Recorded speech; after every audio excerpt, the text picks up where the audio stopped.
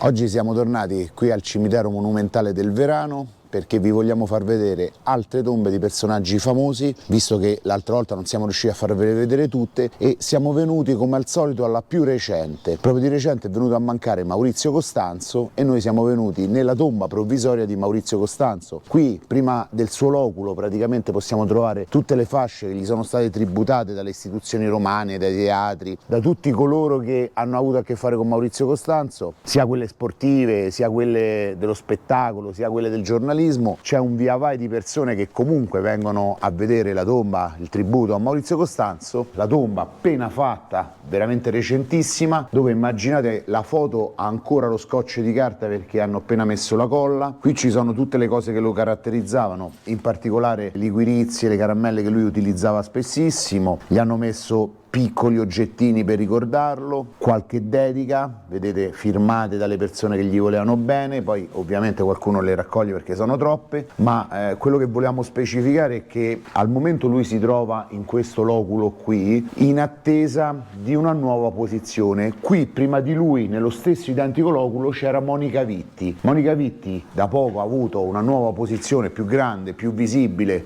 come personaggio dello spettacolo e lui è subentrato qui. Tra qualche tempo, appena sarà disponibile, sicuramente anche Maurizio Costanzo un altro luogo. Anche oggi, partendo con Maurizio Costanzo, vi racconteremo il cimitero monumentale del Verano, che non è solo un cimitero, ma è un vero e proprio museo a cielo aperto.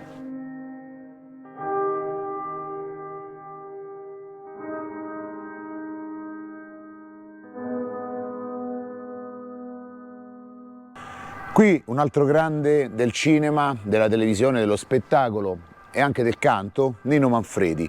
Nino Manfredi è uno di quei personaggi che per Roma, per l'Italia, è stato sempre emblematico. Parlavo proprio dei vari film, secondo me a livello di interpretazione, il mio film preferito poi di Manfredi è Brutti, sporchi e cattivi, questo lo continuerò a ridire per anni perché ha dipinto uno spaccato dell'Italia, quella dei baraccati che venivano al sud Italia e non trovavano casa, che era impressionante, specie negli anni 70, e ne conobbi poi tra l'altro diversi. E Nino Manfredi, che è morto nel 2004, giace anche lui qui al Verano. Questa è la tomba della famiglia Manfredi, e potranno esserci futuri parenti perché, ragazzi, la morte arriva per tutti. In quest'altra area vi faccio vedere la tomba di un altro personaggio noto del cinema italiano e non solo, che è Aldo Fabrizi. Aldo Fabrizi è morto tanti anni fa, tra l'altro anche celebre la sorella, la sorella, e qui troviamo la cappella a lui dedicata, molto bella, in un'area tra l'altro particolarmente ricca di verde, di altre cappelle di qualità.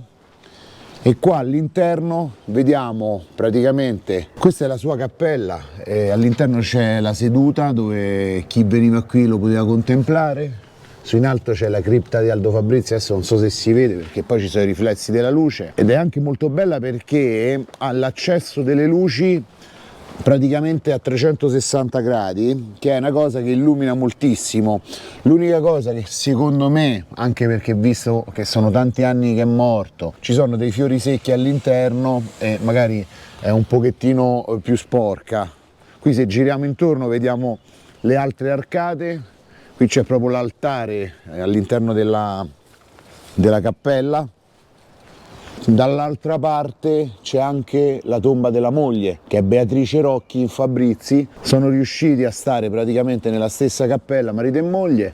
Qui c'è un piccolo incrinatura del vetro, che tra l'altro è un vetro blindato, questa probabilmente col tempo qualcuno potrebbe averla danneggiata. Sopra c'è l'ingresso di luce, il vetro sopra è stato riparato, si vede, c'è scritto, probabilmente negli anni qualcosina, un assestamento c'è stato. E questo è Aldo Fabrizi, cinema italiano, ha fatto sia un cinema divertente ma anche un cinema impegnato, e lo ricordano ovviamente tutti perché è veramente uno dei mostri sacri.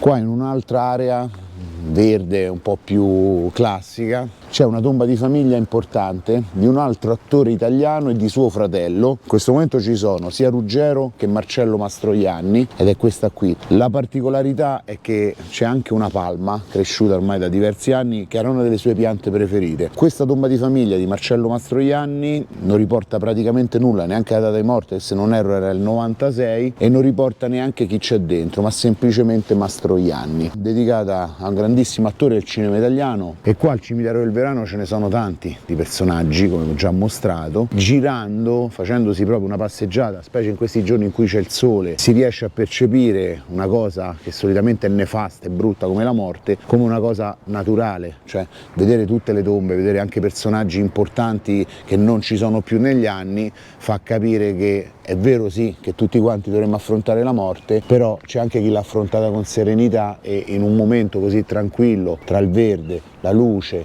e anche le persone che girano qui, non solo per turismo, perché ci sono anche tanti turisti, ci sono anche le persone che vengono a ricordare i propri cari.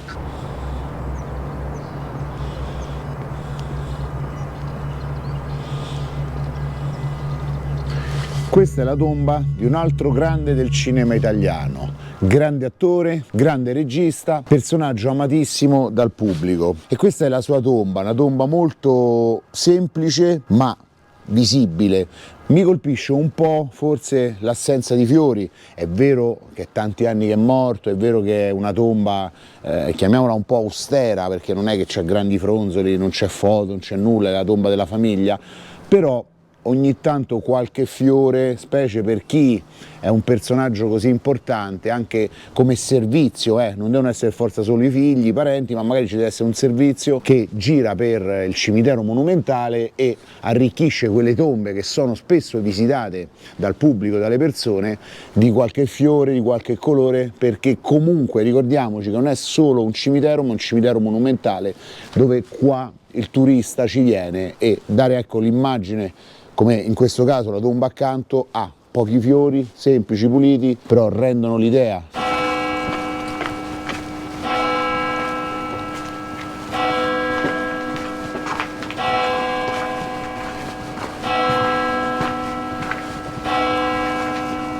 Altro attore del cinema italiano che in coppia con Franco Franchi, anche lui deceduto, però che non risiede qui ma risiede in Sicilia da quello che ricordo, Ciccio Ingrassia, Francesco, Ciccio per gli amici, insieme alla moglie Rosaria Calì, sta qui al Verano. Qui c'è la frase che è: stringimi solo per un po', sai che mi farai sorridere, perché poi alla fine il personaggio di Franco Franchi e Ciccio Ingrassia erano legati al ridere, erano tutti film divertenti, erano poi film destinati specie a un pubblico o sia di bambini che di persone anche grandi. Un'altra persona che voglio ricordare, che non è così famoso come tanti attori che abbiamo visto, tanti registi che abbiamo visto, però conserva un posto nei nostri cuori perché era un personaggio veramente particolare e in più la sorella la conoscevamo anche bene, la signora Marisa, è Florestano Brega, detto Mario.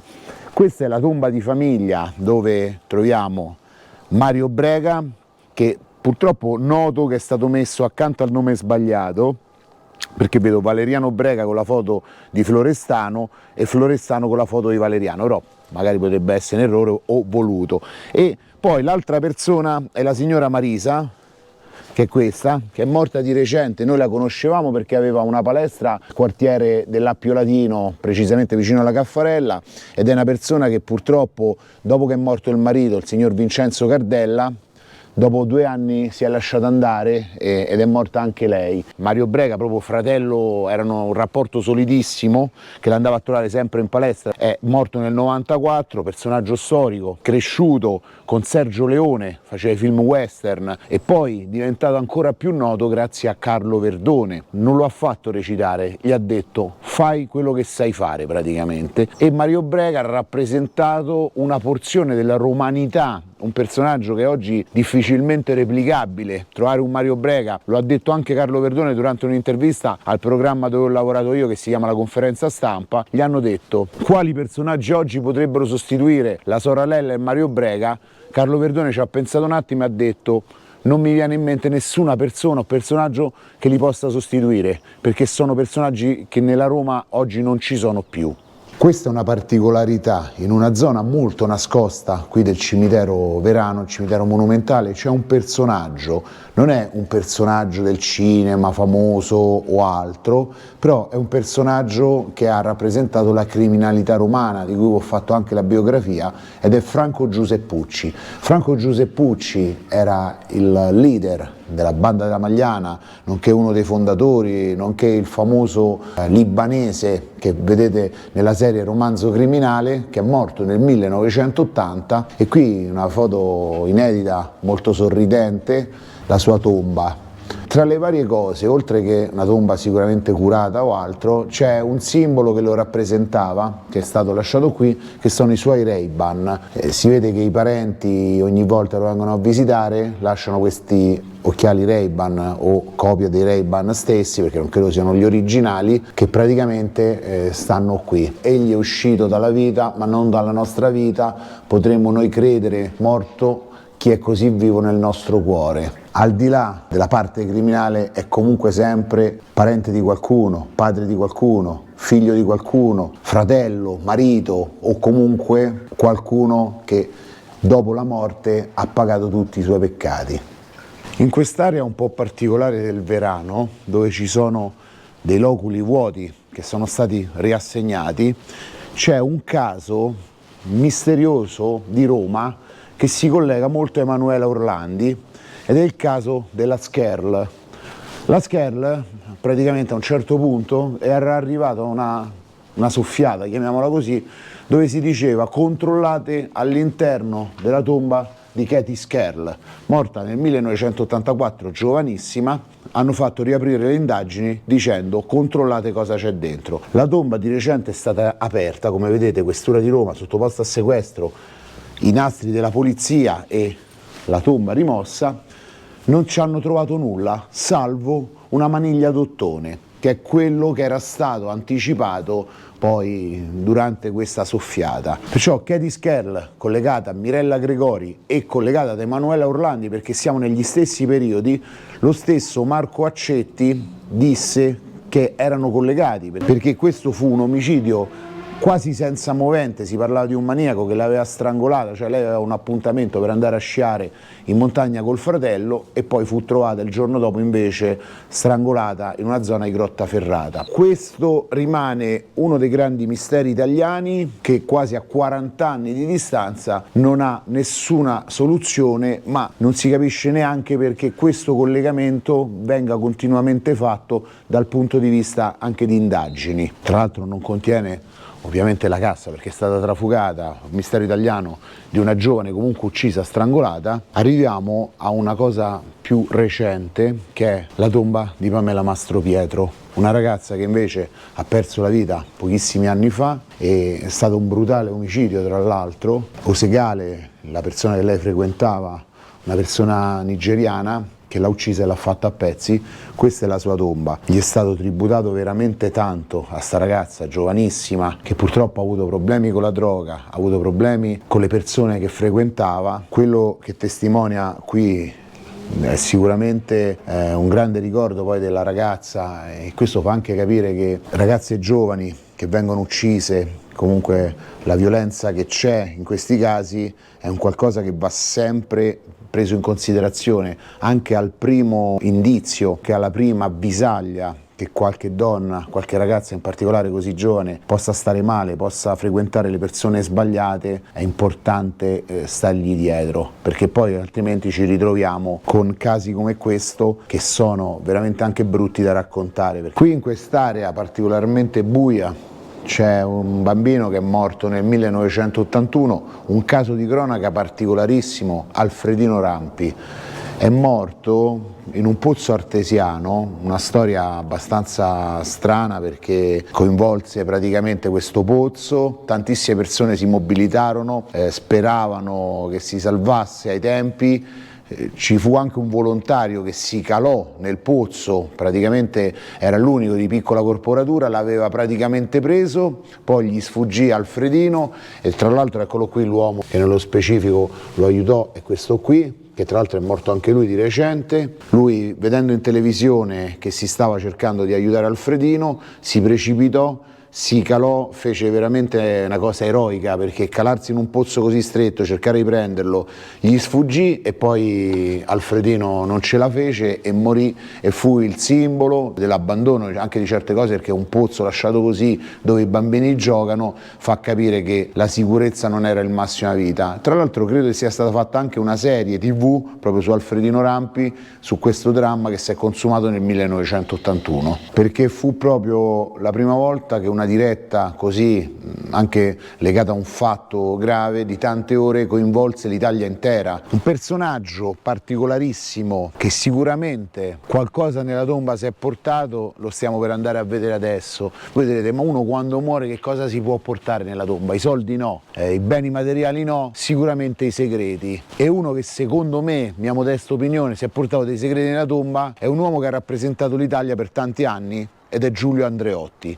Giulio Andreotti è stato la politica italiana della Prima Repubblica, è stato colui che per decenni ha sempre vinto col suo partito le elezioni, è stato anche colui che quando è caduta la Prima Repubblica è rimasto in piedi. Giulio Andreotti è morto nel 2013, aveva fatto quasi 100 anni, 94 se non ricordo male, un personaggio che era stato associato a tantissimi eventi di ogni tipo, addirittura collegamenti con grandi associazioni criminali, dove poi è stato sempre assolto. Di sicuro qualche segreto se l'è portato. Troviamo un altro personaggio, questo io conosco meno perché è legato al mondo calcistico, però ci sono tante persone che lo conoscevano, era anche un po' discusso, il famoso presidente della Roma, Franco Sensi.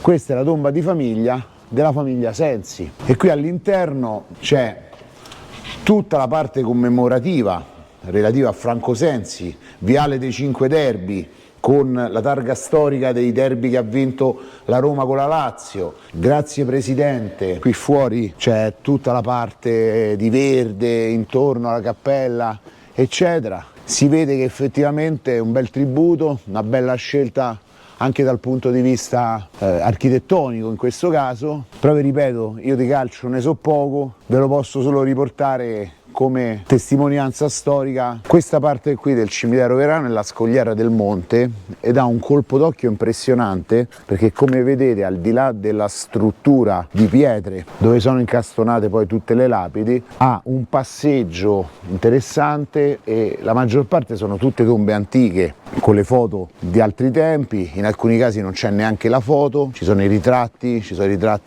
in rame, in bronzo. Classico dipinto, questo che è del 1899 per esempio. Più avanti qui credo forse sia morto un bambino, addirittura gli hanno fatto un tributo con un bassorilievo in marmo, sempre qui il bassorilievo. Se ve lo fate tutto quanto godete anche di un bel panorama da lassù, vedete a scendere tutta la schiera delle tombe, alcune particolarissime che hanno anche dei piccoli altarini. Ma la parte più bella è che in giornate come questa, dove c'è il sole, dove si può stare tranquilli, specie all'ora di pranzo a Roma, vi godete ovviamente anche un parco secolare, come in questo caso è il cimitero Verano, quanto racconta la tomba di una famiglia, con le varie generazioni, anche con i vari eventi infausti come questo del sottotenente disperso in Russia, simbolicamente sta qui insieme a tutta la famiglia. Qua dal cimitero monumentale del Verano abbiamo fatto un altro giro, tanti personaggi, tante figure, cinema, politica, criminalità e tutto quello che vi ho potuto far vedere oggi. Se volete un altro video dove vi mostro altri personaggi, perché il cimitero monumentale del Verano, come vi ho detto, è un museo a cielo aperto, in più il ricordo di tante persone che magari seguivate, che vi hanno destato curiosità o anche legate ai misteri italiani della criminalità e altro, sono sempre importanti. Perciò fatemi sapere nei commenti, scrivete Verano se volete un altro video sul cimitero monumentale del Verano, tutto quello che si può vedere qui dentro.